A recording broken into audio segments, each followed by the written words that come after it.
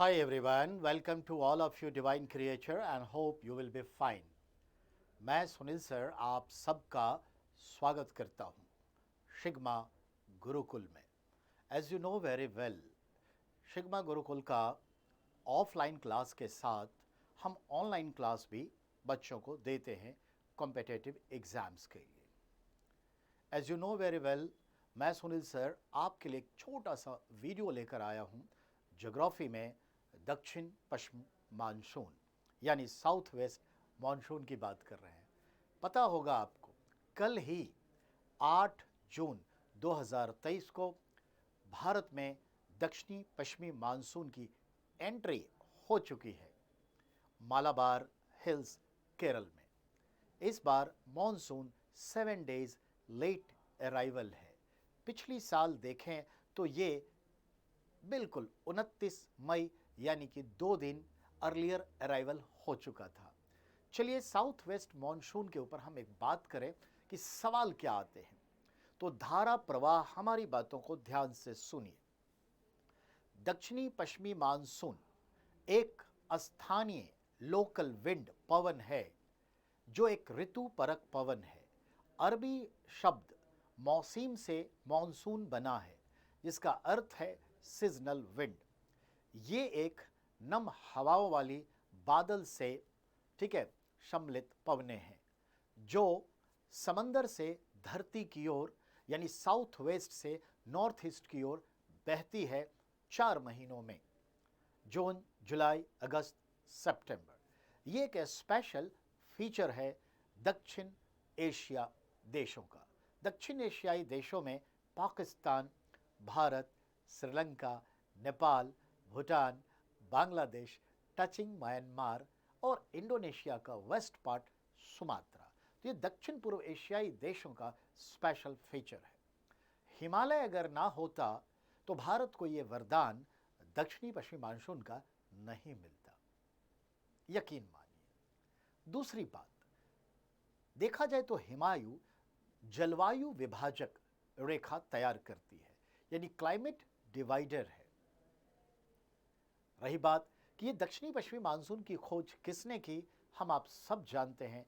52 AD में Africa के मिस्र देश का एक नेविगेटर नाविक हिप्पोलस ने किया था हिंद महासागर में दक्षिणी गोलार्ध में अफ्रीका के पूर्वी तट पर. और ये इक्वेटर पर पलटकर फिर दक्षिणी पश्चिमी डायरेक्शन में आ जाती है और इन दक्षिण पूर्व एशियाई देशों में ये बयार बहती है. इसकी हाइट 2 किलोमीटर से लेकर 6-6.5 किलोमीटर की ऊंचाई तक होती है और इसका एवरेज स्पीड जो है मूवमेंट इन क्लाउड से भरे हुए हवाओं का, that is 30 kilometre per hour की स्पीड है. ये 1 जून तो भारत की मुख्य भूमि पर आता है, लेकिन इसकी पहली बौछार भारत में हो जाती है अंडमान निकोबार द्वीप समूह पे 20 से 25 मई. याद रखिएगा, दक्षिणी पश्चिमी मानसून का जो हिसाब किताब है, अगर ये ठीक ठीक बरस गई भारत में तो भारत का बजट बहुत ही आसान हो जाता है और भारत की समृद्धि में 4 चांद लगाता है. और अगर मानसून में गड़बड़ी हो गई, औसत वर्षा नहीं हुई, औसत से कम हुई, तो समझिए ये अकाल है, हाहाकार है, बजट में इजाफा होगा और ये इतने सारे कार्यक्रम भारत सरकार को चलाने पड़ेंगे और हम लोगों के इनकम पे इसका सीधा असर पड़ता है.